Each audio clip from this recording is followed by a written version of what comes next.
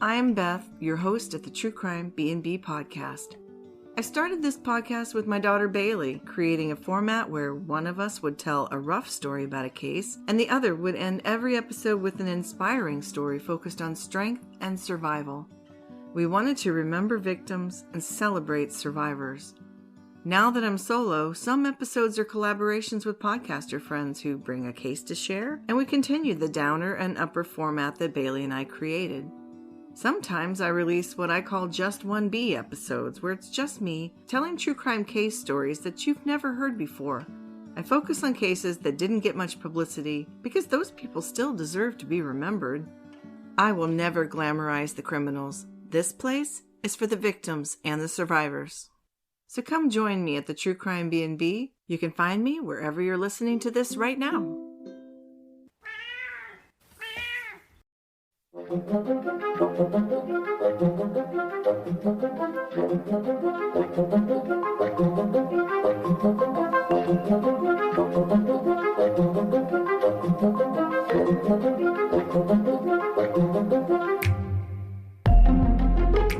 The subject of this series is a rapist and murderer that hunted the streets of West Philadelphia in the mid-'80s. With a borderline genius IQ and a myriad of mental issues, some fabricated, he would, among other things, become a loan shark, con the government, take advantage of countless mentally challenged people, start a church, beat his mail-order bride, and have every one of his children taken from him by either the state or the mother, possibly leading him to make the absolutely insane plan to start populating his what can only be called at-home baby farm. With kidnapping, sexual assault, beatings, electrocution, dog food sandwiches, pits, murder, and cannibalism, this fiend would end up being, along with two other high-profile sociopaths, the inspiration for one of film and literature's most infamous villains, Jane Gump, otherwise known as Buffalo Bill. Today we give you episode 1 of Gary M. Heidnik.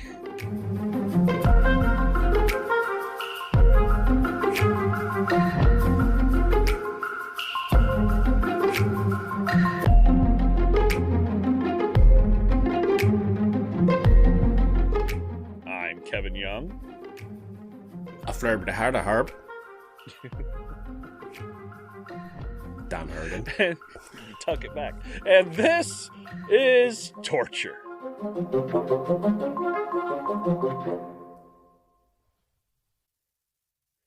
Oh, fuck. I apologize, everybody. I'm getting over the flu. I think it turned into an upper respiratory infection, so I'm going to try and mute my coughs as much as possible like this. Yeah, that one. Took me a couple tries to get through that intro, which you can only hear if you have cult leader tier or higher on our Patreon. And I promise I will not go through the entire episode speaking in Samoan. Deg. Appreciate it. Oh, Dan, how are you doing, man? Good. Can't complain too much. We are also a little bit under the weather in this house, so You're not the only one. Oh, look at that nipple right there. Look at that. I just realised it was right next to my nose. It's right by your face. Yeah. But poor Alison had a rough weekend there now. She had a hen party and then she has gotten sick as a result. So now, mixing. you were messaging me on Facebook Messenger, and you told me about it. Explain to everybody, because I don't know if anybody over here knows what a hen party is. That's kind of a weird term over here. I've never heard of a hen party. It's the same as a bachelor party, bachelorette party is what it is. We call it the hen party. And why it's called a hen, I don't know. I know why instead of a bachelor party, we have a stag party here. Yeah, and stag party I had heard of. And the whole thing behind that was that back in the day, they used to go hunting a stag.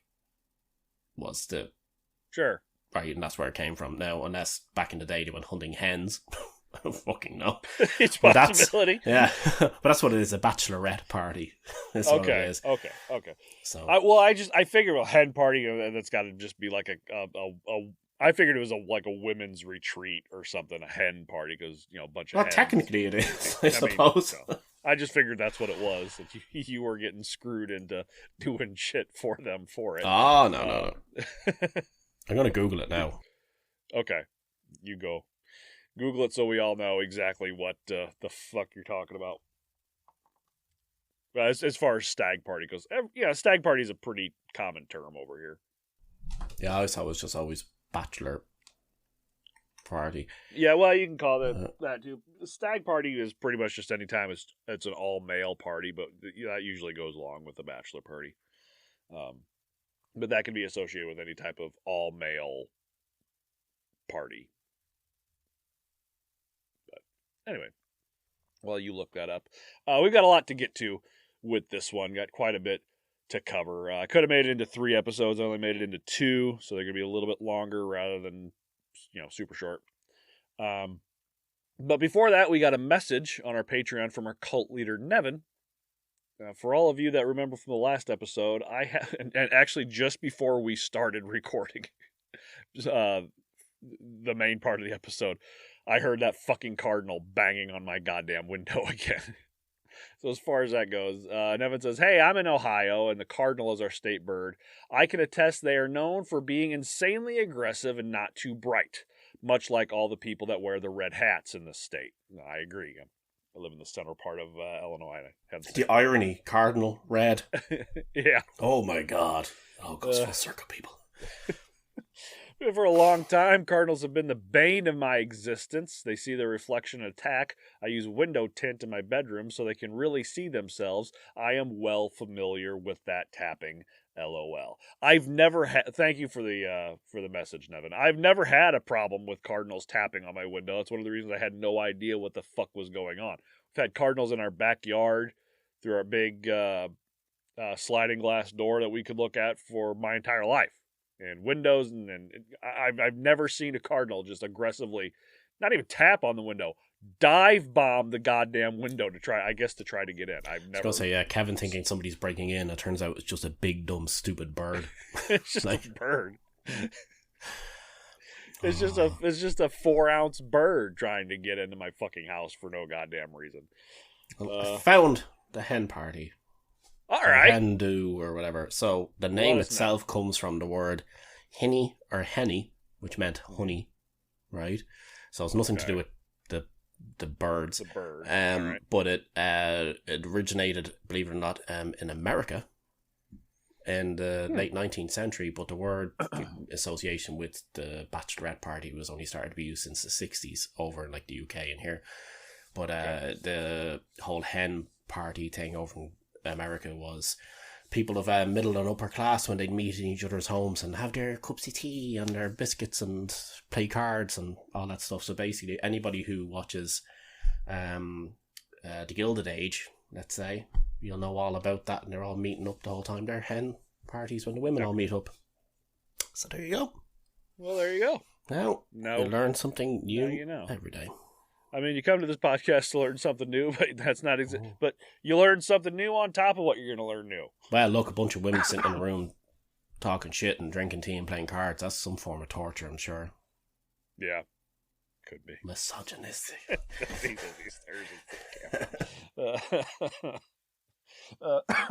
Fuck. Also, I'd like to thank Beth from True Crime BnB for the shout out on her episode last week. I was surprised to see that Synanon was brought up on her episode, and she shouted us out to go listen to that. Synando! Old Chuck. Synando, yeah. It can be pronounced either way, I'm sure. Synando! Everybody was Synando fighting.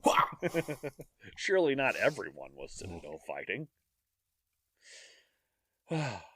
And before we get into it, let's cite our main sources for this series. We have 2 books, which are our main sources. There's obviously Murderpedia, various articles online. But the two main sources are Cellar of Horror, the story of Gary Heidnik by Ken England, and Cellar Girl by Josefina Rivera.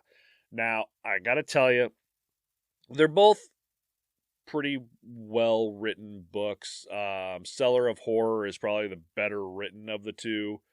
And he's an investigative journalist. He's been doing, he wrote true crime books for forever before he died a few years back. And Cellar Girl obviously had a ghostwriter. You'll meet Josefina Rivera later.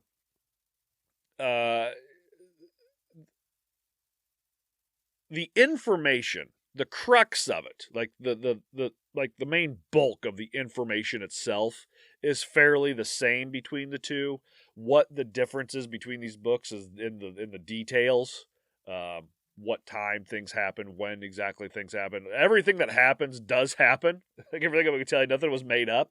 It's just order of operation and who exactly it happened to at what point in time.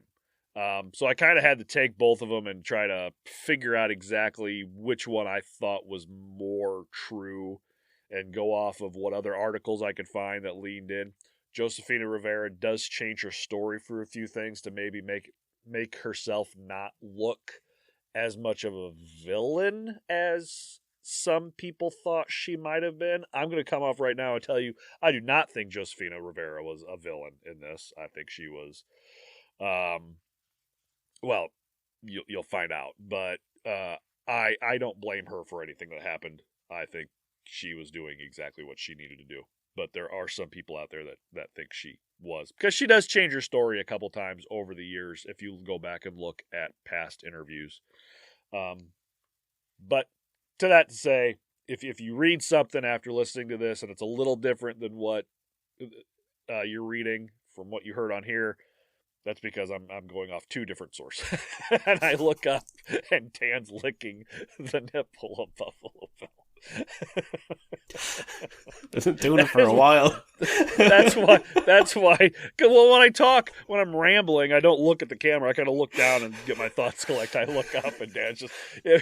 This is why you need to get the Patreon so you can see the video. Oh, fuck. Oh, shit. I would say I'm not proud of myself, but I am. Dan, have you ever heard of Gary Heidnik? No, I've heard of Buffalo Bill, obviously, but obviously, yeah. Yeah, no, I didn't even know that old Bill was based on or influenced by something real, if you get me. He was actually influenced by 3 different people, which I will get at. John Bon Jovi. Next, he does look a lot like John Bon Jovi in that picture. Well, I will get more into that at the end of next episode. But yes, he was He was influenced, well, not in by the writer was influenced by 3 psychopaths that led him to create Jane Gum. Speaking of psychopaths that like to wear other people's skin, did you see that the house from the Texas Chainsaw Massacre is now a restaurant? I did not. Yeah, it's the house that I can't remember the family's names. I know it changes a couple of times, but in the original house from the original film is now a restaurant. It's got to be a themed restaurant. I can't remember, but it's a very nice looking establishment, to be fair. Or did they go in there and turn it into like a fucking Applebee's or something? I mean, it's got to be a Texas Chainsaw Massacre themed restaurant. Otherwise, what the fuck?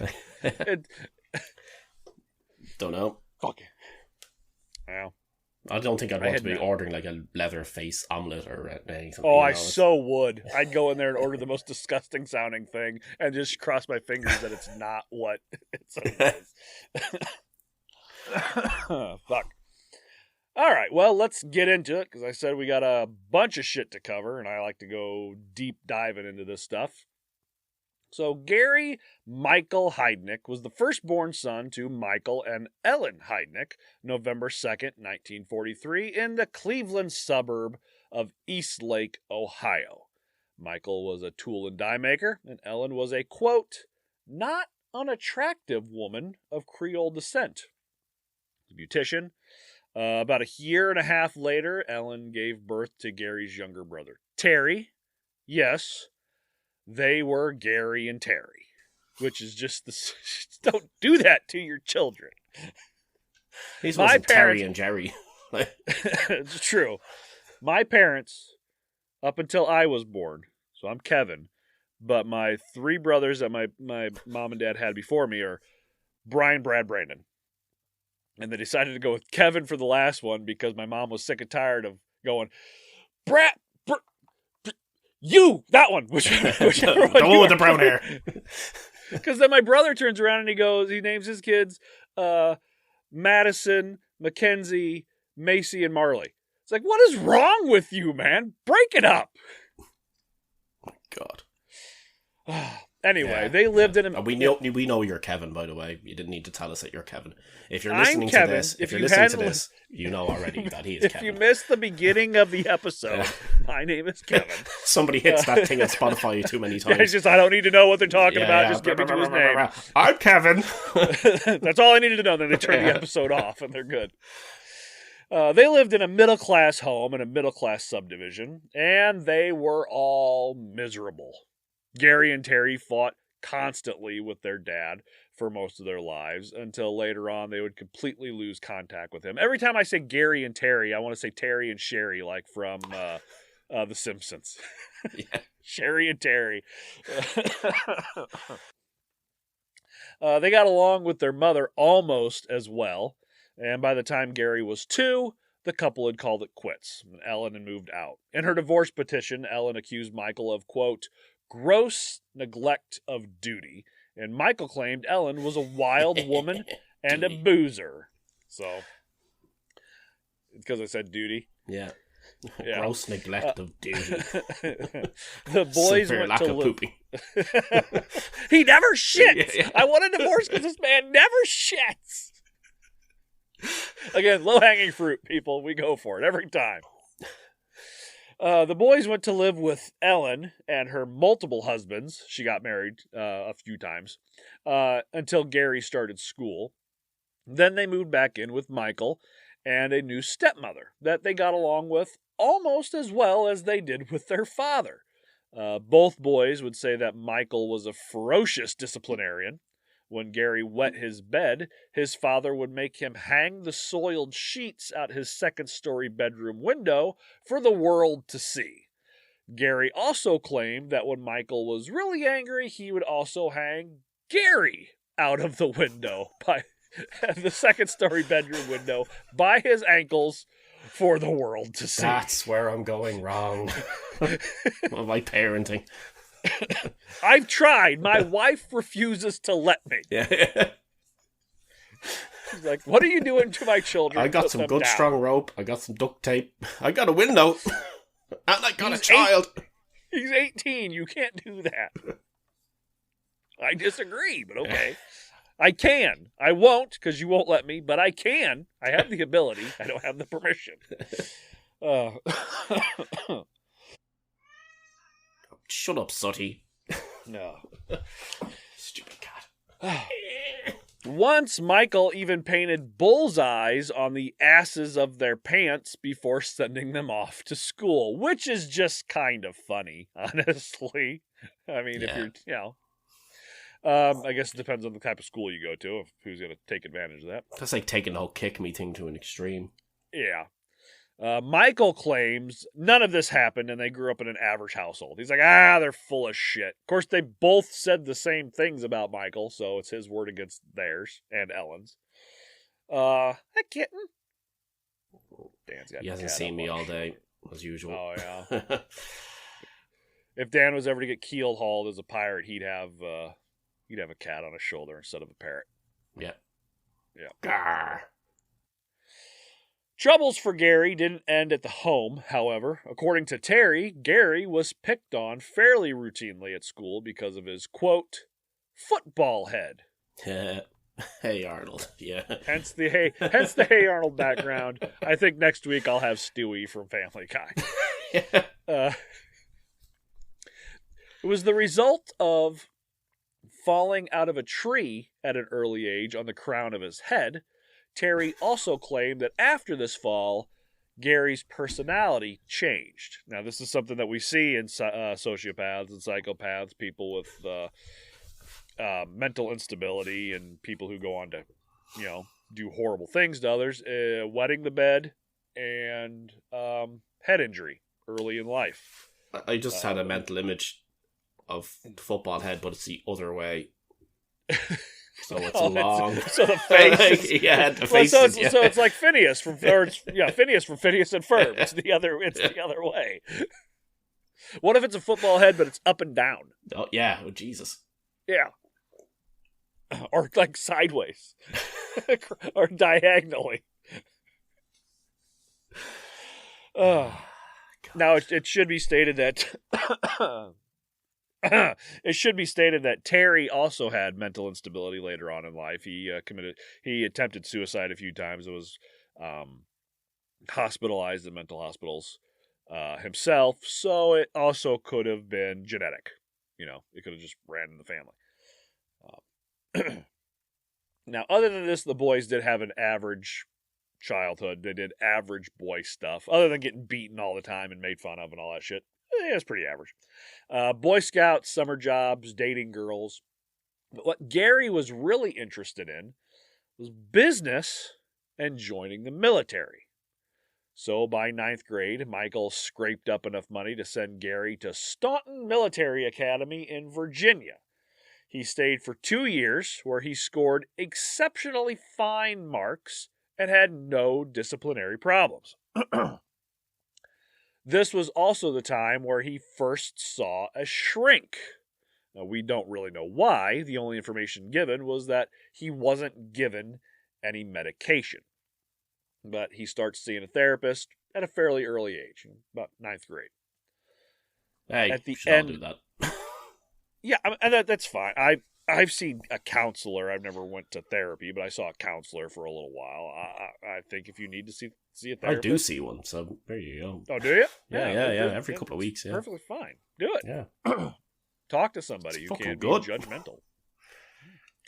At the end, but see, and again, it's the Midwestern in me. They'd be like, "So what's going on?" I'd be like, "Nothing. I'm all right." But tell me about what's how you're feeling. Yeah, good. I'm fine. How are you? Tell me about yourself. What's going on with you? Well, when would you like to reschedule? Oh, whenever you got a chance, whenever you have free time, I'm fine. I can come in. Feels like I walk around Costco right now with all these questions. That's how I would be. Tell me what's wrong. I don't want to bug you. How much do I owe you? Okay. Now, at the end of his junior year, he decided to drop out and move back to Ohio. Over the next couple of months, he went to 2 separate high schools before he's saying, fuck it, dropping out, and on November 29th, 1961, officially joining the Army. Gary was, and this is another thing you see in a lot of these fucking psychopaths, is they go join the military. They usually, though, they're like radio engineers or something, because the military can see that there's something not quite right. Like, I want to get a gun. I want to get deep down in the jungle and shoot me some Charlie. And it's like, you're gonna operate a radio. You're not gonna see any active duty, because you're gonna end up killing more people than you need to. The wrong people. It'd be like your man in which movie is it now? Based around the Vietnam War. Full Metal Jacket. Full Metal Jacket. Come get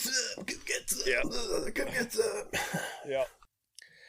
Now, Gary was, by all accounts, a good soldier. He didn't get into trouble. He had not many friends, but was able to help a few of his fellow army men out and make a nice buck for himself in the process. In January of 1962, after he finished boot camp and was just barely 18, Gary asked to be sent to military police school. Pretty common among killers and rapists to want to be in a position of power. Ed Kemper schmoozed with cops as often as possible. Joe D'Angelo, the Golden State Killer, was a cop in the late 70s.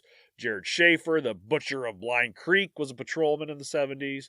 Ted Bundy, John Wayne Gacy, both wannabe politicians and tried to elevate their standings in society. Gacy was more successful than Bundy. So Gary wanting to be an MP isn't that surprising. However, because he was only 18, he was told no. And was shipped off. If you watch any TV series like that's like a procedural drama thing that has anything to do with murdering or anything like that whatsoever, I can guarantee you there's going to be an episode based around a military school at some stage. Oh, yeah. There's always an episode based around a military school. Yeah. Like, always. Yeah. Sure. It makes sense. I know Law and Order did a few of them like that. And they also did where people would become cops just so they could get away with shit. And, yeah. Like, the series The Killing had an entire season dedicated to it one stage. There's a couple of other shows that we watched that have had it. So I was like, any of that sort of shit always seems to have it. Yeah. Well, he was shipped off to Fort Sam Houston in San Antonio, Texas, to begin training as a medic. When he graduated from training, he did so with stamps of excellent in both conduct and efficiency. Because you see, Gary was incredibly intelligent. An IQ, depending on what article or book you read, of anywhere between the lower end being 130, which is seen as advanced intelligence and puts him in the 95th percentile with other American men at the time, and at the high end, 148, which pushes him past genius level. 140 is the cutoff for genius, and 148 puts him pretty deep into it. That's where Dan sits. I'm 149. Fuck you, Gary. Oh, damn it, I've missed a decimal point there. That's what it is.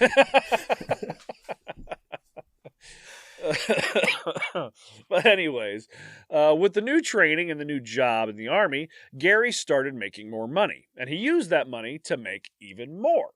He had always had a keen mind for business and how money worked. As a kid, he would read the Wall Street Journal and follow stocks and financial news.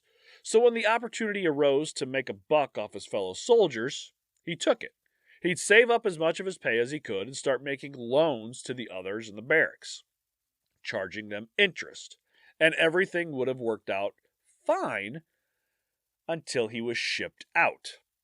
May of 1962, Gary was sent to the 46th Army Surgical Hospital in Landshut, West Germany, as an orderly. But they made him leave so abruptly that he didn't have time to call in his almost $5,000 in loans. So he lost it all. Just for context, that would be a little over $51,000 today. Hate that. But other than that, I mean, that's a lot of. I would be distraught if I lost 51 grand of my money. I'd be distraught if I lost €5 of my money. Of course, if I was the guys that he loaned money to when he left, I'd be like, oh, fucking sweet. I'll have to pay that shit back. Free money! Money, money, money. Now, other than this obvious setback, life in Germany wasn't that bad. He took his high school equivalency test and scored a 96%, 28 points above the standard. He seemed to be doing fine in his duties at work. But then, August 25th, he went to the doctor for dizzy spells, headaches, and blurred vision in his right eye. Nausea, vomiting, and an irregular tic that caused him to involuntarily jerk his head horizontally. He was diagnosed with gastroenteritis, a short-term illness triggered by an infection and inflammation of the digestive system, and possible schizophrenia, which was probably wrong. He was prescribed stelazine, an extremely strong tranquilizer. 2 months later, on October 25th, he was sent back to the States, to Valley Forge, Pennsylvania Military Hospital, where he complained of seeing things moving. January 23rd of 1963, an Army board decided that someone suffering from these kind of mental illnesses had no place in the Army and was subsequently honorably discharged despite Gary's protests. He would be seen as 100% mentally disabled and would be given 100% of his service pension. But I think he needs a good old bout of Chinese water torture. He's going all creepy. Yeah, he's got to get that blood out of the brain. Yeah. It's just, that's exactly what he needs, because it's Oriental and evil. Watch NASCAR with his sister. All that blood will just drain straight to his head. If he's watching NASCAR with his sister, he won't be watching the NASCAR. Watching his sister. He'd be watching his sister. Yeah. Now, he decided to stay in the area and settle down in Philly. He graduated as a licensed practical nurse and enrolled in the University of Pennsylvania, earning credits in chemistry, composition, anthropology, history, sociology, biology, commercial law, and marketing. Unfortunately, his mental battles had gotten worse, and he was unable to keep a job. Within a year of leaving the Army, he would attempt suicide twice. Once by ingesting 1,500 milligrams of Thorazine, and when that didn't work, he tried good old rat poison. He again admitted into the hospital and was seen by doctors that claimed he had, quote, undetermined psychosis and was suffering from acute depression and schizophrenia. Again, I don't feel that schizophrenia is the right diagnosis, but whatever. Gary also started this new thing where, for seemingly no reason, he would just go mute for weeks or months at a time, communicating with notes or sign language, or he would just sit and stare at you. So he reverted to being like a 6-year-old. Pretty much. I'm not talking to you. Starting now. Holds his breath. He's breathing through his nose, but he puffs his cheeks out like he's holding his breath. He went AWOL from there and was picked up by the police a few days later after driving a motorcycle with a busted headlight at night, and he was taken back to the hospital. Released 2 weeks later, a couple nights after that, Halloween Eve of 1966, he crashed his motorcycle head-on into the front of a truck, trying to kill himself yet again, but he was only slightly injured, so I don't think he was driving it too fast, because he went head-on into a truck. And then back to the hospital. This was a pattern that would continue for years. December of 1968, he hit Terry over the head with a wood plane. Terry was admitted to the hospital, was recuperating when Gary walked in. Terry asked him, "What would you have done if you'd killed me?" And Gary said, quote, that's a weird thing for Gary to say. What'd you do if you killed me?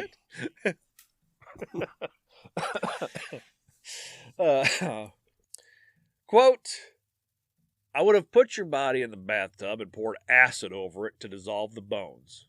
Then I would have been careful while mixing the acid, though, because I wouldn't want to damage the drain pipes. I'd leave you there soaked for 2 or 3 days. And if there were any big bones left, I'd saw them up and put them in the trash compactor. Then I'd distribute them around the neighborhood in various trash cans. This is his brother he's talking to. That's oddly specific. Yeah. Terry would go on to say that he had nightmares for the rest of his life of his brother chasing him with a wood plane. I bet you fucking did. He's got his inspiration from the old Irish mother with the wooden spoon. Sees what it is. I hear you. Yeah. Now, during this time, Gary wasn't just bouncing from mental hospital to mental hospital. He had started investing his money and had gotten his own place. Not long after leaving the Army, Gary was able to convince an unnamed married black woman to leave her husband and come live with him. They ended up having a baby girl together. Then the woman took the baby and moved back in with her husband. Not long after that, during one of his stints in a mental hospital, he met another woman named Dorothy. This is going to be a pattern you see with Gary. Most of the women, with very few exceptions, had the same two characteristics about them. One, they were black. Gary almost exclusively dated and fucked black women. Some would contribute this to the last two men his mother was married to, both being black, and her telling him that he was part black. Even when he was older, he would fill out forms at the hospital, and he would always put his ethnicity down as mixed. He hated the word colored. He didn't look black at all. He's about a pasty white man. He's just a pasty white. Can help someone with the FBI are looking for him. So we're looking for a mixed race black guy here, and Gary's just walking down the road. Who are you looking for? Like the whitest motherfucker in the world. Hey, Gary. That's not me. And he just walks up. Look, maybe he just likes the melanin. And that's fine. If that's what you're in, there's nothing. Black women are beautiful. There's absolutely nothing wrong with like. Stephen Lynch said, "The skin that she's dwelling in must contain melanin." That's right. Yeah. We won't get into some of the other lyrics of that song because it's a little offensive. But yes, it's a brilliant song. It's a great song. I love it. And Stephen Lynch is great. The D&D song. Yeah, it's all just great. Now, the second trait was that they were almost always mentally retarded. And not like just barely, but severely mentally challenged. They could all feed and clothe themselves, but most of them couldn't read, write, count money, or even use a phone. It added to his authoritarian personality. That's something you'll see with Gary, is he's got to be in charge. He needs to be the one that you're looking to for whatever. He has to be the authority in whatever situation he's in. So even though he's practically a genius, he picks the lowest of the low was when it comes to intelligence to surround himself with, even his friends, just to make him put himself smarter. That much higher. Yeah. Now, Dorothy, Gary's a fucking prick. You'll find that out. He should have hung around with my best friend. He would have been like super fucking smart with that guy. I was like, Gary, meet Paul, Gary. Gary's like, oh, ascending to godhood from this guy. Pretty much. Can you imagine him and Carla together? Because they were both, Jesus fucking Christ. Now, Dorothy was both black and mentally challenged. About 12 years Gary's senior, Dorothy had spent about 14 years living in institutions by the time Gary had met her, being abused and neglected to the point where she had no teeth. They were together for almost a decade. The whole time, Gary treated her like absolute dog shit. By May 30th, 1970, Ellen, his mother, riddled with bone cancer, drank the contents of a bottle of mercuric chloride. Worcestershire sauce. Worcestershire. A.K.A. mercury salt, and died. Now, this led Gary back to the mental hospital, complaining about depression over her death. The next year, 1971, he started wearing a black leather jacket in the middle of summer, walked into a VA hospital, staking to high heaven, and refused to take the damn thing off. And once again, refused to talk. Started rolling one pant leg up and wrote a note claiming it meant he didn't want to be bothered. And he also started to salute people for seemingly no reason. Like anybody could see, he'd be like, whoop. And from what I read, he just absolutely reeked of body odor. Nice. It's the middle of summer in Pennsylvania. It's not a good time to be wearing a leather jacket as you just walk around. I was going to say that, but do you think he's like 1990s teenager? Listen to Guns N' Roses. Walking around the place. He's the fucking Fonz. Except instead of, hey, he's like, He's thinking of Doofus. He's Doofy Yeah, from Scary Doofy. Movie. Sorry, it's Doofy, not Doofus. Yeah. Oh, shit. I managed Spring to of do it that before year. he even saw me. When you weren't looking, I was going. The spring of that year, one morning, Gary decided to, as he claims, drive down the street for a coffee and a donut. He got in his car and started west. And again, according to him, he didn't stop until he hit the Pacific Ocean. Yes, he drove on a whim, it seems, from Philadelphia, Pennsylvania to Malibu, California. What the fuck do you think he is? Forrest Gump? Like, Dan, I know you're a smart guy, and you understand how extremely large this damn country is. yeah. And I know I know most of our American and Canadian listeners understand the sheer scope of how far that is. But for all of our European listeners out there that still don't quite have a grasp on the magnitude of this fucking country, that's 2,757 miles. Or, for those that don't use the imperial system, 4,437 kilometers. If you don't stop... I was going to say, it's the same distance that your parents used to walk to school in every morning, uphill both ways. Uphill in the both snow. ways in the snow. Yeah, so go ask your parents, they'll tell you exactly how far. That's how far my dad used to have to walk to change the channel for my grandpa on his old black and white TV and adjust the rabbit ears. You said he went to California, yeah? Yeah, from Philly. I'm gonna, while you're... Go ahead. If you don't stop to eat, sleep, shit, or piss, you're looking at about a 43-hour drive. That's non-stop. Why did it give me California restaurant in Iraq or some shit? We see you're in Ireland. Is this what you want? Yeah. It is closer to you than California here. Just looking at it, it's just absolutely insane.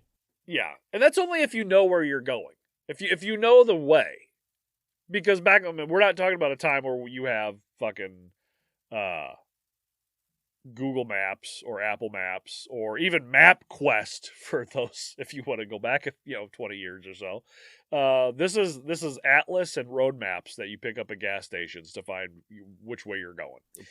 Point your car towards where the sun's setting and just drive.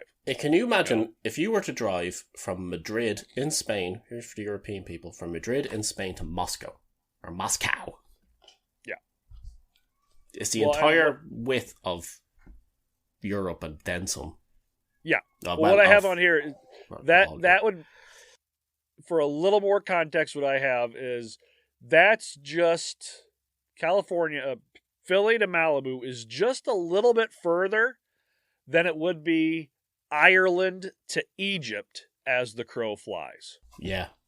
I'm looking at it as crow flies here at the moment, and it's like Dublin to Moscow as well is another.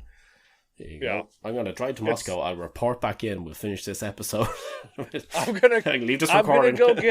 I'm gonna go get a donut and a coffee. Yeah. I'll be back in a few weeks. I'm going to Moscow. I'm going to come back with one of those funny hats. Which, if you're going for a donut and a coffee, why would you go to Malibu? I mean, you're right there in Philly. The food there for like donuts and coffee is going to be way better than it's going to be.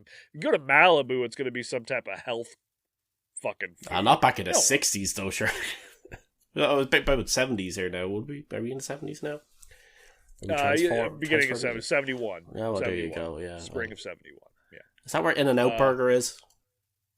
In-N-Out Burger is in L.A. There's a couple in California. I believe they're putting one in New York and another one somewhere in the Midwest, but I'm not sure where. I've never had In-N-Out Burger. I hear the people who I know that have gone to California and come back who have eaten there had said it's okay. It's not worth. Is it kind of like hype Dunkin' it gets. Donuts? Like, you get a massive hype it gets, and then you have it, and it's just like, yeah, okay. It's all right. Yeah. Or Five Guys. I like Five Guys. Shake Shack is fucking amazing. I don't know if you ever had Shake Shack. Shake Shack is, I would put that up there with the top. But anyway. Now, again, according to Gary, I have to keep saying that because this is all conjecture on what he tells people. So take it with a grain of salt. That he was in Malibu. He got out of the car and gazed at the sunset. And it's interesting that True Crime BnB would mention us on their mention us and our Synanon episode this past week. So we'll put a link up to that episode about Frank and Annette Carlson that Beth did a fantastic job on in our show notes. And if you haven't yet listened to our Synanon series, well, Dan, what do they need to do? Go back and listen. Like and subscribe. That's right. Yeah. Hit that bell icon, people. Hit the thumbs up, hit the bell icon, get the notification. But what does old Chuck end up doing with Synanon to make as much money as possible? What's he turned Synanon into?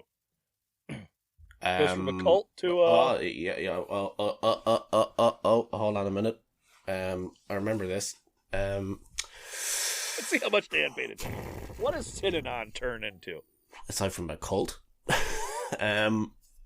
It was a cult the entire time. It was like a mob type thing or some shit, wasn't it? He turned it into a church. A church, that's the one, yeah. The same thing as a mob, come on. It's the same thing. Private police force and all that stuff. Military operation. And they didn't eat sugar.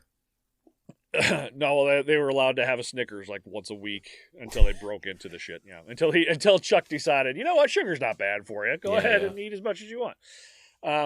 Well, Gary claims that he was visited by the Almighty himself, and Dan, your God and mine, told him to get his butt back to Philly and start a new church, one that would care for the mentally and physically handicapped.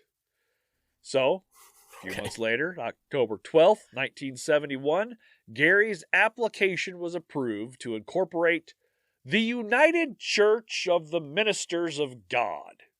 Let's just take as many religious words and put them all in one, and that'll be the church. When God said to take care of, did he mean to take care of? Well, that might be the way. For those of you listening and aren't watching, Dan did the finger in the hole in the hand thing. I'm guessing he might do a little. He'll do a little bit of that. Yeah. He'll do a lot. Actually, he does a lot of it. He does sex. He does a lot of it, yes. Founding members would include his brother Terry, Dorothy, and a handful of other friends that happened to be around. They typed up a 5-page constitution setting the rules of the church, including a 5-member board of directors, a bishop who would rule for life and would have full control and responsibility for church funds and how they were raised and used. So, of course, Gary M. Heidnik would now be known as Bishop Gary M. Heidnik. God. Because, of course, he put himself in charge of all the fucking money forever. The first rule of church club is you don't talk about church club. When the bishop wasn't in a mental hospital, he would regularly hold services wherever he just happened to be living at the time. He had a friend named Tony Brown that the book talks about quite a bit, even saying that he may have been in on some of Gary's later crimes, but he's not convicted of anything, and the victims never really name him, so I don't see any real reason to give him so much attention. Not to say he wasn't a piece of shit because he was screwing around with mentally challenged women too. But anyway, this Tony Brown would jump in the biggest vehicle they had and drive around picking up mentally and physically challenged people and bring them to church. They would sing some songs, Gary would preach a small sermon, and then they'd go to McDonald's. Maybe get a pizza. I don't know. Big Mac spaghetti or Big Mac carbonara. Big Mac carbonara. Oh, yeah. Chicken nugget ravioli or something. Chicken nugget cacciatore. Chicken nugget cacciatore. And then maybe they'd go to a theme park. A few years later, in 1975, he would start a church account with Merrill Lynch for $1,500. That would eventually grow to around $545,000. Gary, he invests wisely for the most part. Not every investment paid off, but for the most part, Gary was a pretty good investor, and he made some Gary. money. Yeah, I suppose. Now it should be stated it's a shame he didn't invest in himself. Like the Feel Better podcast.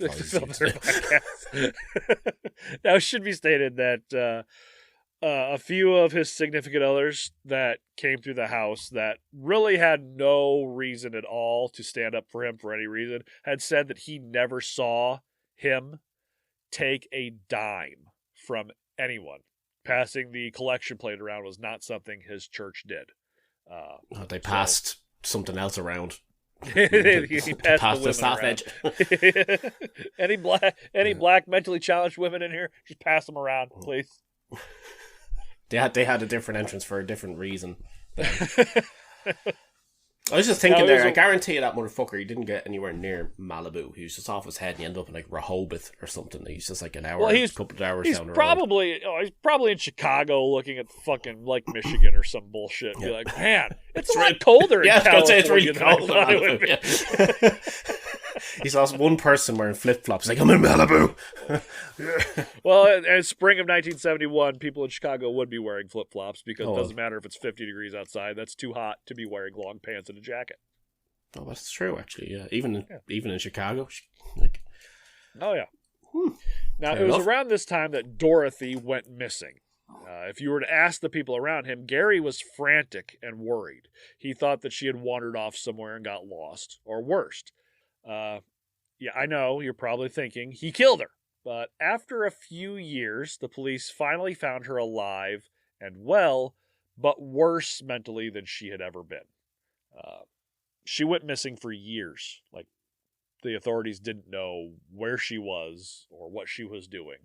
Until she finally popped up out of nowhere. She's probably just living her life. Like, no clue. I believe she had some type of mental break, and she kind of spiraled downwards mentally, and she was just living on the street, I'm guessing. Now, one of the ways the church was able to earn and spend money was through investments, including real estate. Well, sometime between 1971 and 1976, no idea really when, Gary bought a dilapidated 3-story house on Cedar Avenue in West Philadelphia near the University of Pennsylvania. Yes, I see the technical difficulties. He rented an apartment to a man named Robert Rogers. In early 1976, Gary and Rogers' girlfriend got into a heated argument about God knows what. So Gary decided to go down to the basement of the building and turn off all the electricity. Rogers got home from work, heard about what happened, and went down to turn the power back on. Door was locked, so he decided to go through a basement window. Once inside, he saw Gary sitting on a baby mattress with a rifle. Gary noticed him, put down the rifle, and picked up a pistol. Quote, "I got you and I'm going to kill you and say you're a burglar." Then he aimed at Rogers' face and fired. Luckily, Rogers turned his head just in time and only got a graze on his cheek. Quote, "I kind of talked him out of shooting me a second time. We went outside, and when the police came, I snatched the gun and I struck him." So it's like, I grabbed the Glock, and I punched him in the face. It's like that escalated really fucking quickly. Yeah. It's that Anchorman meme. Wow, that got out of hand. That's how you stab a man with a trident. You might want to lay low for a while, change your name, move out of town. One of the problems with growing a beard is proper beard care. Going on a website or even to a brick and mortar store and seeing dozens of different options, whether it be oils, washes, balms, lotions, razors, butters, or just a massive amount of different companies all trying to sell you virtually the same product with a different logo. It can be difficult and overwhelming.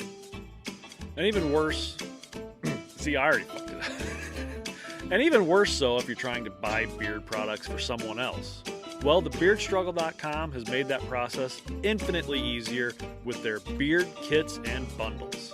Anything from a simple oil kit that gives you day tonic and night elixir, to the complete beard care bundle that gives you the day and night oils, beard shampoo, beard conditioner, beard balm, and the Viking Sea Mineral Beard Mask. the beard growth bundle that comes with the Voxter Growth Accelerator and the Derma Roller, to Crocky Shave Kit that gives you everything you need to keep your beard short and trimmed up. to the mother of all beard kits, the Apex Bundle 2.0, that comes with 15 different products including the heated beard brush and straightener. And if you're still just not sure what bundle to get, you can take their beard routine quiz, and the Beard Struggle will tell you what the best beard care routine and products are for your specific beard type and price range. The Beard Struggle takes the confusion out of what to get.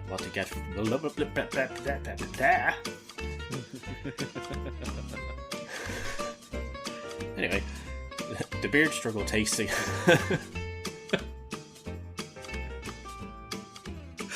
the reading the ad struggle. The Beard Struggle takes the confusion out of what to get for your beard or that special beard wearer in your life. And the best part is, since it's a bundle, you save money. And with our exclusive discount code, TORTURE19, that's TORTURE 19, you'll save even more, 19% at checkout. And with their 90-day money-back guarantee, you have absolutely nothing to worry about. And since they never test on animals, you can feel good supporting an ethical company that also produces a quality product. TheBeardStruggle.com. Do what's right for your beard. Do what's right for your face. Sort your fucking beard out.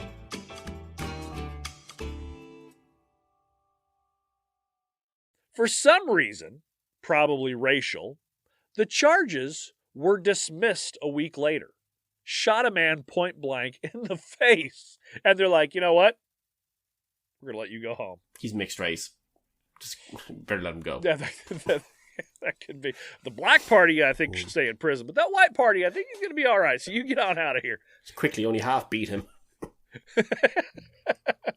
Beat him, but, take it easy. An administrator for the University of Pennsylvania bought the house from Gary a little while later, mostly to get him out of the neighborhood.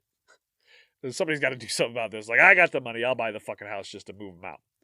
Now, when they started cleaning up the place, they found not only a bunch of trash and porn, but in the basement, a hole about 2 foot square, chopped through the concrete, and the dirt under scooped out to create a pit large enough to hold an adult.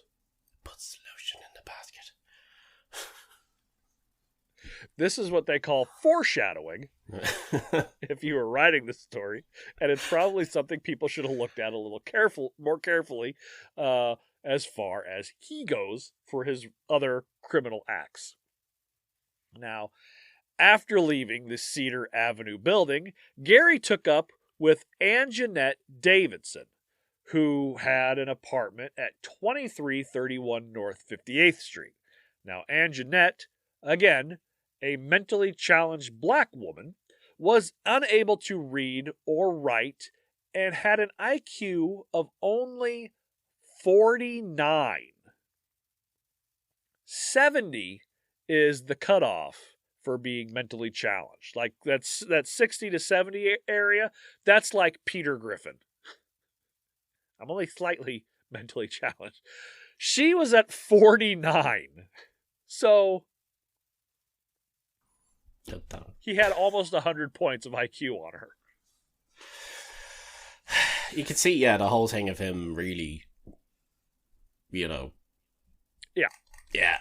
Like, Yeah. what an asshole. Anjanette ended up getting pregnant, and Gary, who had a certificate as an LPN, insisted on treating her at home and refused to allow her to receive outside medical attention. Again, he has to be in charge. Now, a month before the baby was due, her older sister, who does not have any mental challenge that we know of, with a police escort, came and took her away. And it was good that they did, because an exam showed that Anjanette had developed a large fibroid tumor that would have prevented normal delivery. They also found out that due to Gary's strict eating regimen, Anjanette, at almost 9 months pregnant, had only gained 5 pounds. Jesus. What? The baby was... I could put that on today if I wanted to. I can go in that kitchen right now. Yeah. And I just bought Girl Scout cookies. Yeah. Do not tempt me. We'll have a dairy milk downstairs. Oh, yeah, baby. I have some Thin Mints in the pantry that are calling my name. The baby girl was born by C-section March 22nd, 1978, and was taken almost immediately by the state and put in foster care, to the ire and dismay of Gary. Gary really wanted a family with a bunch of kids, but every time he has one, it went away. Now, this will be a bigger issue for him and others later. But kind of go back to that 5 pounds. This is how little food he let her eat. She had gained 5 pounds through the pregnancy from what she originally weighed, but the baby was like 7.5 pounds. So she herself had technically lost weight while pregnant. Jesus. She had lost at least 2.5 pounds because the baby was 7.5. Well, then in placenta and all that other stuff. So, yeah. I mean, you're looking at probably losing 5 to 10 pounds at least. How the fuck do you do that? Like, I don't know. How do you have a 7-pound baby if you're not allowed to eat? So that is how if I want to lose some weight, what you're saying is I should get pregnant. Just pregnant. Yeah. Oh, God almighty. My ex-wife ate a shit ton of food, gained a shit ton of weight, and my first couple babies were only like 5 pounds. So how does she not eat anything and have a 7-pound fucking baby? Doesn't make any sense. Some babies are just born thick, you know. I suppose so. Like, if she had have eaten, how big would that baby have been? Yeah, no fuck. A 12-pounder. It's like a big bag of flour that's been fucked into the house.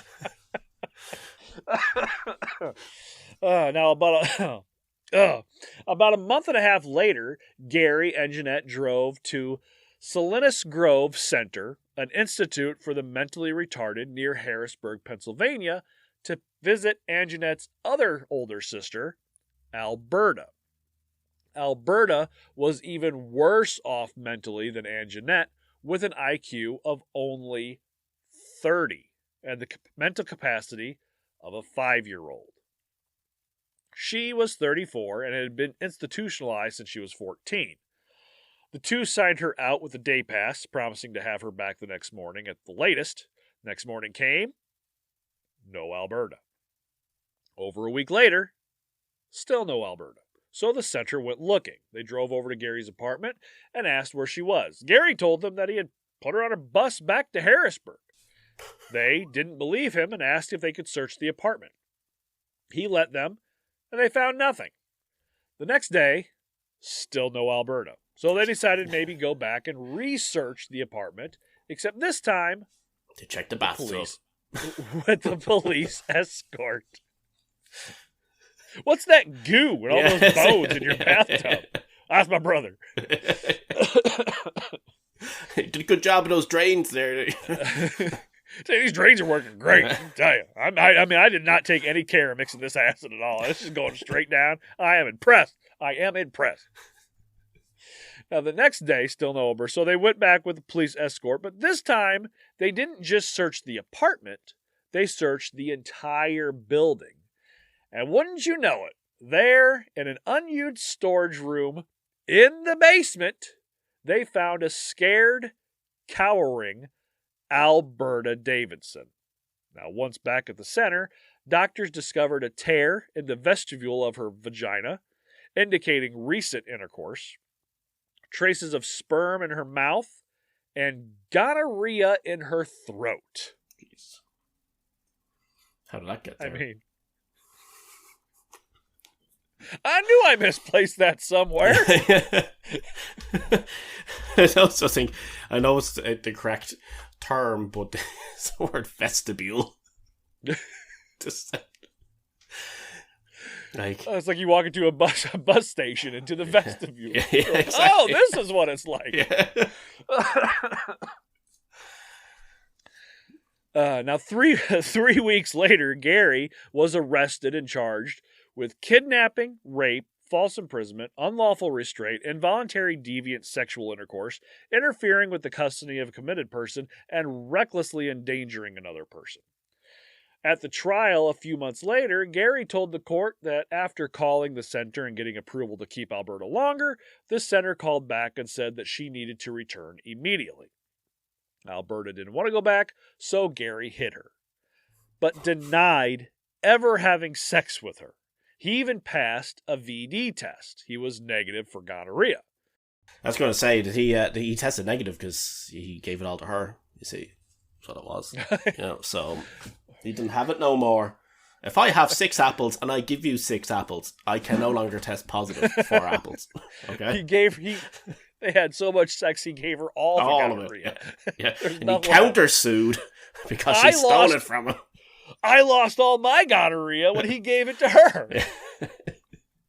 Of course, under cross-examination, he was forced to admit that he had access to antibiotics that could have taken care of the disease before the testing. He also had to admit that he had been in treatment for schizophrenia. So,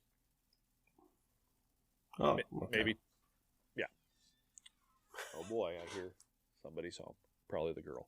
Probably the cardinal.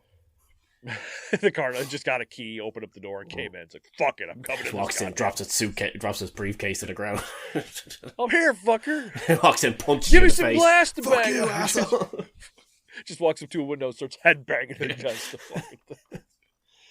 Now, he had waived a jury trial, so it was up to Judge Charles P. Marachi to decide his fate.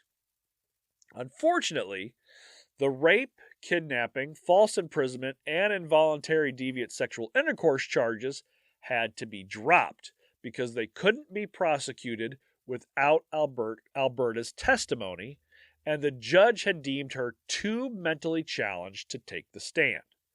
So they could only go off of the misdemeanors of reckless endangering another person, interfering with the custody of a committed person, and unlawful restraint. He gave him 3 to 7 years in a state penitentiary.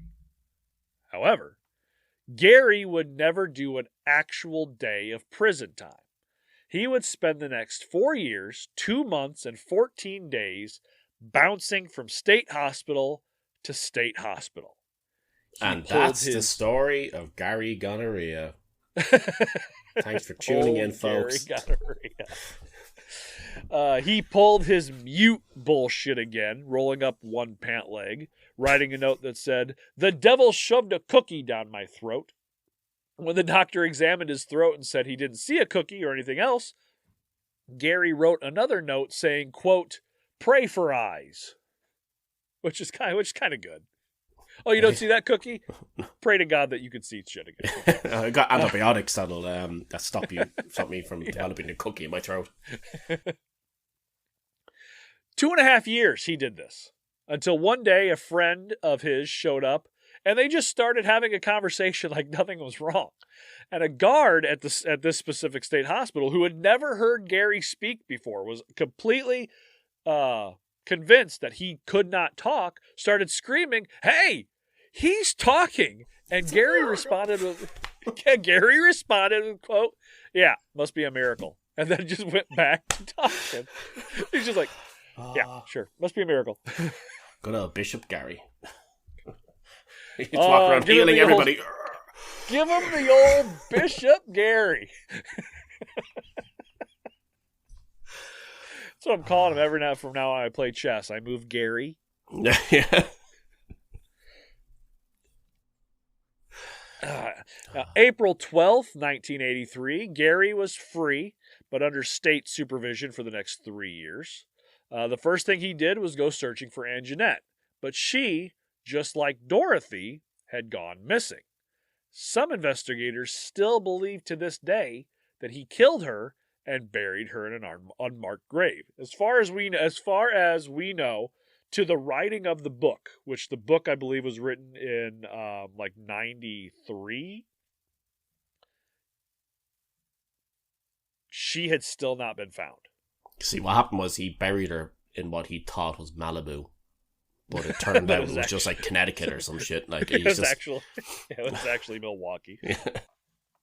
Anyway, he moved into a house at 3520 North Marshall Street in a mostly abandoned and dilapidated neighborhood in Philadelphia, inhabited mostly by drug addicts and drug dealers. So, like Philadelphia. West Philadelphia. Not born and raised. Gary's house being the one beacon of civilization left on the street, it would be the last house Gary Heidnik would ever live in. In this house, Gary would have girl after girl come through, sometimes 2 or 3 at a time. One of these was a woman named Sandra Lindsay, a friend he met at the Elwyn Institute. They helped children and adults with autism, intellectual and developmental disabilities, and related behavioral health changes. Which name? Sandra Lindsay, like it's like 2 first names. Like it's like calling yourself like David Brad. Ricky Bobby, or Ricky I was going to say David Barry, but that is actually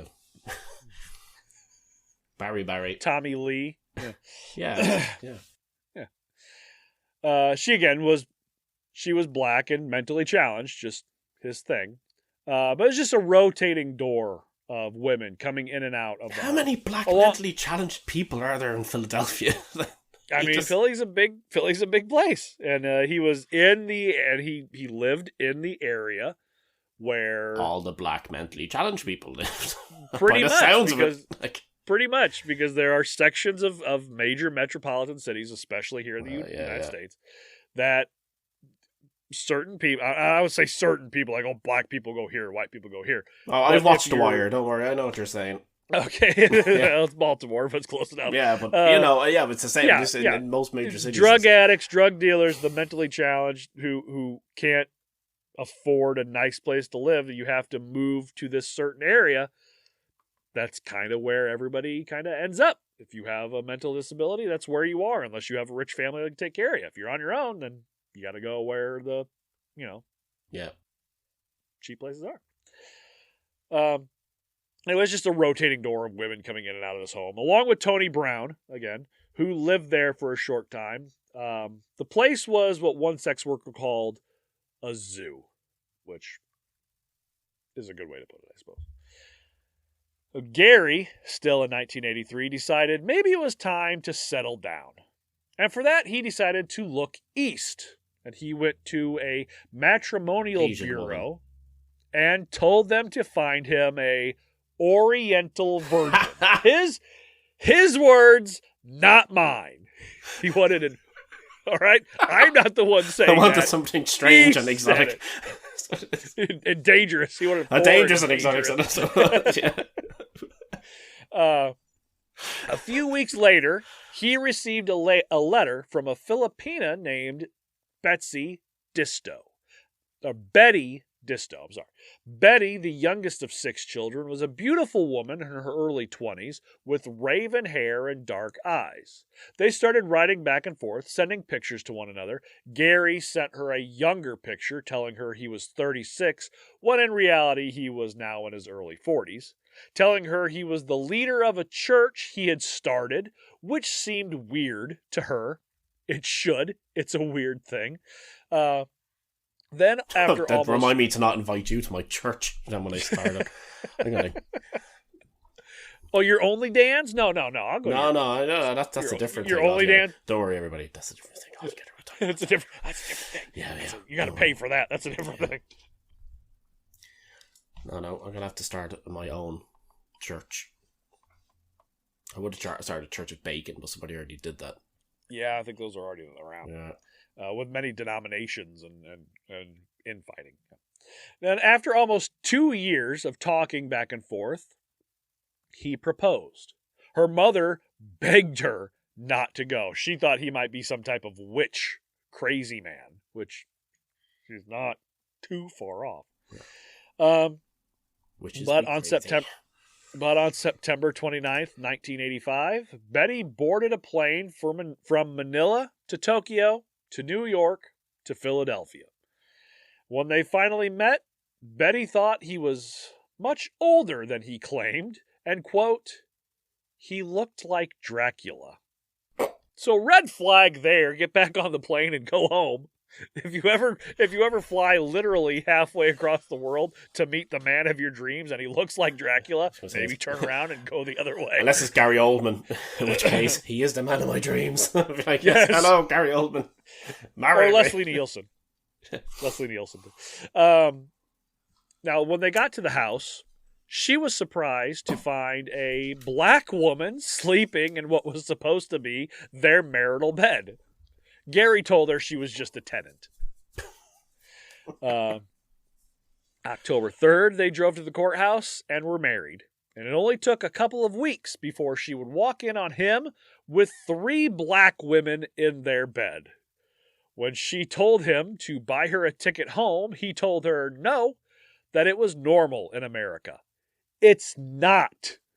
Just so you know. For all the mail order brides out there. It's not normal. For everybody out there, it's like, I want to go to America and marry a man. If you walk in on him with 3 black women in your bed, it's not okay. It's not a normal thing. We're not supposed to do that. That's the demographic of listeners we're aiming at now. The sort of people who would obviously do. Does your IQ have a decimal point in it? I found the right show, people. And when she said she couldn't stand that, he told her, well, you're going to have to because I'm the boss. And over the course of the next few months, Gary became more mentally and physically abusive. Marriage was in no way slowing down the amount of women that came and went through the home. Betty had said that the entire time she was there, not a day went by while there wasn't another woman in the house. Please tell me, that Gary is wearing his leather jacket still throughout all of this. Oh, I've imagined the entire time. He hasn't. He's got that on. He just pulls his pants down a little bit. He's got the one leg rolled all the way up. He doesn't want anybody talking to him. Yeah. He's saluting as he does it. Yep. The whole thing. Out with his tuna-can penis, and they can just go covered in gonorrhea. They're like, the women are like, talk dirty to me, and he's like, yeah, cookie in my throat. He's just writing down cookie in my throat. When she would complain to him, he would yell and punch her in the arms and legs, force her to stand in the corner for up to 12 hours at a time, refuse her food, force her to watch him have sex with other women, and then make her cook them all food when they were done. January 12th. Sorry, you're having like an orgy in this. You stand there and you watch me have sex with this lady, and then I want an omelet. It's just, she was walking around throwing sandwiches at them mid-session. Like when you toss rice after a wedding, she's just there tossing sesame seeds on them as they're doing it. January 12th, 1986, he blew up and slapped her in the face, punched her arms and legs, and then vaginally and anally raped her, telling her, quote, if you run away, I'll kill you. 4 days later, under the guise of going shopping, she made a run for it. Yeah. I was going to say, when you said he blew up, I was hoping he literally blew up. On the 27th, the DA's office charged Gary with spousal rape, involuntary deviant sexual intercourse, simple assault, and indecent assault. He was picked up 2 days later, the very day his parole expired on the Alberta Davidson incident. You just look forward to that day so much, and then you fuck it up by being an asshole. Now, unfortunately, Betty failed to appear at the March hearing, and without her testimony, the judge had no choice but to dismiss the charges. You sit there and you go, why didn't you go? But it's got to be difficult to sit in a room, even in a courtroom, with the man who has been treating you that way, who's done these horrible things to you, being able to, knowing he's staring at you into your soul. That's got to be terrifying. So surely they could do like Betty a closed, where he's not necessarily there in instances like that. And as well as that, she was more likely going to get a flight home from it. It's a possibility. So she wouldn't, But I understand why you'd be terrified to show up. She actually never divorces him. She refuses to divorce him. Never gives a reason why. It's probably a religious thing or a cultural thing that's just not something you do in the Philippines. But yeah, she never divorced. Stand by your man. Well, I guess. Betty ended up having Gary's baby boy on September 15th of that year, named Jesse John Heidnik. So Gary finally had the son he always wanted, but he would never get to meet him. Good. This realization, family after family being taken away from him, may have been the last straw. Even though it was pretty much always his fault, his children were taken from him. He decided, but with these people, it's always somebody else's fault. It's never his fault. It's always somebody else doing something. I'd be a perfect father. You don't know. He decided that he was going to get his family, and he was going to get his gaggle of children one way or another. We're going to find you. November 26th, 1986, the night before Thanksgiving, Josefina Rivera had just left her apartment for the evening, around 9 p.m., to try to make a little money to get her through the holidays. Josefina was a 25-year-old, half Puerto Rican, half black drug addict and sex worker. She was not mentally challenged. She was out on the corner of 3rd and Girard for about 10 minutes before a tan Cadillac Coupe de Ville pulled up. The window rolled down, and Gary Heidnik asked if she would like to go back to his place. Temperature was dropping quickly and rain was moving in, so against her better judgment, she got in. She told him her name was Nicole, an alias she used on the streets, and that she had 3 kids at home she needed to get back to, so this couldn't take long.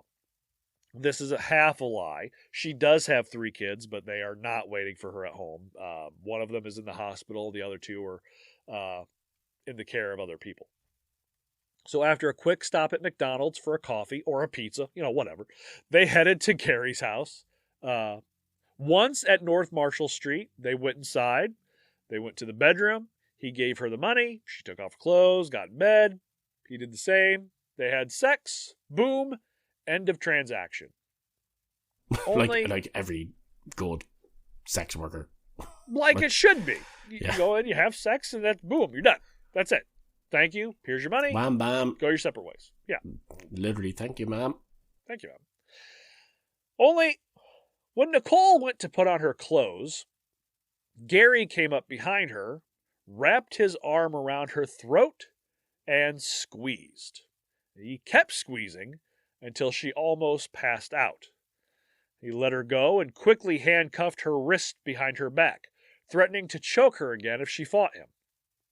Naked and handcuffed, he led her down to the basement. He moved her to her bare, lumpy mattress in the corner. She complained about blurry vision in her right eye. Gary picked up a piece of lumber and threatened to beat her with it if she didn't shut up. Then he took muffler clamps that you would use to hold up a vehicle's exhaust and fit them around both of her ankles, tightening the nuts over the bolts after wetting them down with crazy glue, then drying it with a hairdryer. You weren't the only nuts getting tightened around then. That time. Then he connected them to a chain, which he padlocked to a sewer pipe. Told her to sit down on the mattress. She did. He stretched out next to her, put his head on her lap, and fell asleep. Sorry, how many ways is he after, tying her to different things? And imagine that, then he took a length of rope and tied that to a radiator, and then he got a clothesline and he tied that around her toe and put that through the sewerage pipe. He made it as difficult as possible. She's like this, you're fucking tied every different which way. Now Nicole, that's what we will call her from now on, while she's in the basement, eventually fell asleep as well. When she woke up the next day, Gary was gone. She looked around the room and saw a washer-dryer, a small window that was boarded up, a chest-style freezer, a pool table, and a spot in the floor where the concrete had been broken up and the dirt taken out of it, forming a small pit smaller than a wash tub. Soon after, Gary came downstairs. Now, that's according mostly to Cellar of Horror. Cellar Girl says that she was immediately put into the pit, but if you look at some of the interviews she did, that's different. So you kind of wonder if maybe the ghostwriter changed some things to sensationalize it more. I don't think that's necessary, but anyway. Soon, Gary came downstairs with an egg sandwich and a glass of orange juice. She turned it away, worried it might be poisoned, so took it back upstairs, and when he came back down, he had a pickaxe and a shovel and went to work on the pit. He talked as he worked, telling her how he wanted a big family, but something always ruined it. That he had fathered possibly 4 children in his lifetime with 4 different women, and they are all taken from him. He claimed, quote, "Common denominator, Gary. Common denominator. Society owes me a wife and family. I want to get 10 women and keep them here and get them all pregnant. Then, when they have the babies, I want to raise those children here too. We'll be one big happy family." Then he stopped working, orally and vaginally raped her, and went upstairs. Left alone, Nicole started picking at the glue and twisting the nuts on her shackles, and then, all of a sudden, one popped loose. Not all the way, but enough that she was able to slide her left foot out. The chain was long enough to give her about 12 foot of slack to get around the basement, so she went to the window and started prying it open. She grabbed a pull cue and used it as leverage to force the covering back so she could open the window. She boosted herself up, wriggled herself outside. Crawling into the backyard, stretching as far as she could, she began to scream for help. Sadly, this area of Philly was also known as the OK Corral for a shootout that happened there years earlier. This was a place where it was not uncommon to hear screaming throughout the day. Residents learned to ignore them. So Nicole screamed and screamed until she could barely talk, until Gary heard her. He ran to the backyard, slapped her, not able to push her back through the window. He ran to the basement, grabbed the chain, and like a fish out of water, pulled her back in with one fell swoop. Jesus. Yeah. He took her to the pit, crammed her in, and placed the board and heavy bags on top. Now, when I talk about the heavy bags he puts on top of the board, he's taking all the dirt from the pit, putting them in these large plastic bags. Yeah. The plastic bags with the dirt is what he's using to weigh down the boards. There will be a lot more plastic bags in a while. Okay. I wonder if it's that body parts or pit. Knees to chin, head forced down. The hole wasn't quite deep enough for her. She screamed that she couldn't breathe and that she needed air, so he moved the boards, pulled her out by her hair, and started beating her with the shovel handle.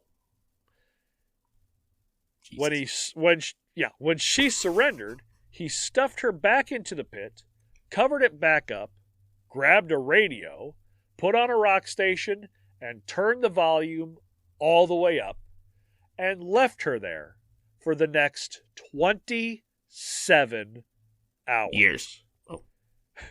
And it probably felt like that. And that is where we will pick up, with more kidnappings and rapes, electrocutions, infighting between the victims, dog food sandwiches, cannibalism, and the downfall of the bishop on the second and final episode of Gary M. Heidnik. I didn't realize we were doing this as a 2-parter because I was sitting there for a while. I was kind of like, my God, there's so much going on with this guy. It's like, oh, yeah. He can't just do something to one person and then this he's like, yeah, that's it, game over, guys. No, there's a lot more to come. A lot more horrible things that he's going to do to people. I get it. It's not going to be fun. Cool. So this is the light episode. Yeah. This was the light episode. Yes, it was. Getting to know Gary, where he comes from, some of the horrible things he's already done. He's gonna do more, and it's gonna be worse. And his smoking hot Filipino wife, apparently. Thank you to our patrons, Cult Leader Nevin, Jagavani, Will Quinn Fowler, and MX Sinister 26. Thank you all so much. If you would like to join our Patreon, go to patreon.com/torturepod. You can get a free week as our cult leader. You can also email us, torturepod@gmail.com, message us on Instagram or Twitter. I don't know how much longer we'll be able to do TikTok over here. The U.S. Senate's trying to get it banned. Why is that? And the president said that if they banned it, he'd sign it. They're trying to force China to sell it. Otherwise, they're going to ban it in America because they have it. Some fuckheads in Washington have it in their heads that the Chinese are using it to spy on Americans. It's like, I'm sorry, Chinese can. If the Chinese wanted to spy on America, they can literally put it into any of the 10 bajillion products that go across. Exactly.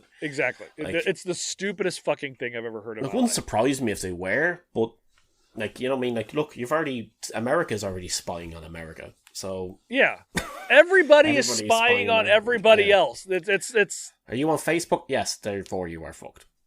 Yeah. So, do you have a smartphone? Then you have no privacy. Yep. But for now, we still have a TikTok at TorturePod, and I still post stuff on it, and I will continue to do so until the government tells me I'm no longer allowed, and then I'll fight.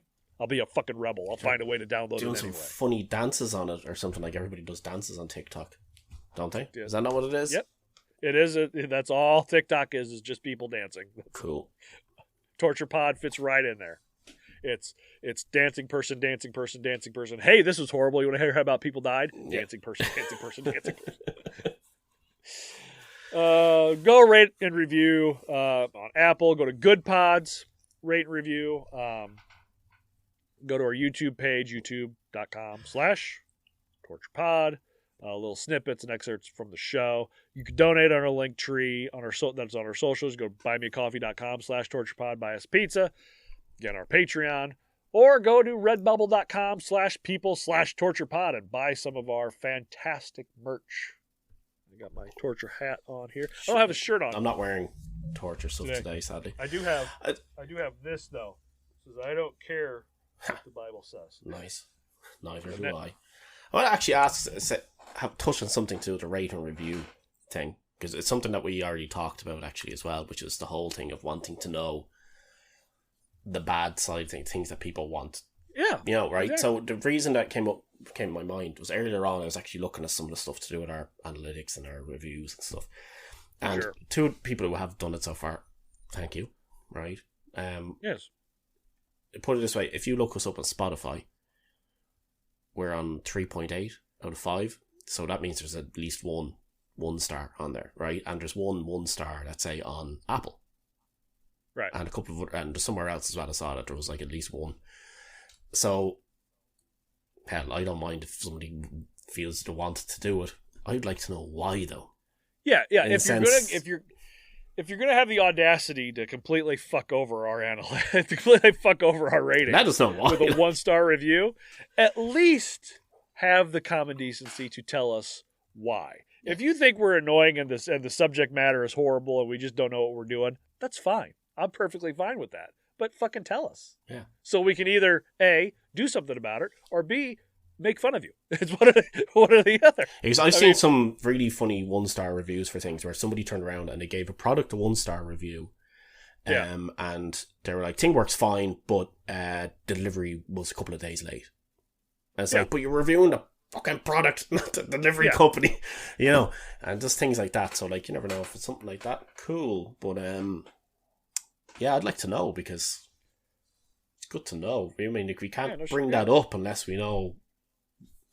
Yeah, because you're just giving us the 1-star review. You're completely fucking us on being found on all these, because the highest rated always get put up first when you're searching for something. So as far as us getting found, giving us a 1-star review completely fucks us. Just absolutely fucks us, and that's fine as long as you tell us why you're fucking us. You know. Yeah. Because then maybe we can fix that, and we can turn that 1 into a 2 or a 3 or a 4 or a 5. Yeah. Or, again, we can just read whatever you write and make fun of you. Yeah, and just not care about your opinion. Yeah, because honestly, we just do this for Depends fun. on what it is. We just do this. Yeah, we make a little bit of money. I would do this for the sweet paycheck, Kevin. Yeah, we make a little bit on Patreon. We make a little bit, through ad and Redbubble or whatever. But for the most part, we're just doing this for the fuck of it. So if you're going to be a dick, at least tell us why you're being a dick. Yeah. I'm fine with it. Yeah. Let us know. Communication is the key, people. Just let us know. Dan, any words of wisdom? Or was that the word of wisdom for the day? No, it wasn't. I actually saw something there today, which was something that was spotted in good old Dublin. Somebody painted on a road. I thought it was pretty cool, and it's also kind of apt, considering, talk to you about the whole thing about potentially changing jobs and all this. Yeah. And I'm also looking at, like I said, getting back into the car model thing, because looking for another outlet to, because, shit's tough right now. So, yeah, life can be hard, people, you need really something hard to do to take your mind off. Yeah. So, but even on the greater grand scale of things, the thing is, here now, is if you don't like the road you're walking, start paving another one. There you go. Now that, of all the words of wisdom we've done, which most of them have just been ridiculous, that is actually a good word of wisdom. Yeah. Right, hold on a second. I'm sorry, but don't lick the bottom of your shoes was a very good word of wisdom. I'm sorry. I'm sorry. There you go. All right, that's... Don't you try and bring down my... If you don't like the shoe, find another one. Yeah. Make your own shoe and lick it. I wouldn't even lick new shoes, people. Because the Chinese put things in there to spy on you. If you lick them, you're giving them what they want. And then you dance on TikTok. You're feeding into what the Chinese want. Yeah. All right. Well, until next time, ladies and gents, take care of yourselves. Take care of one another. We'll see you. Dag.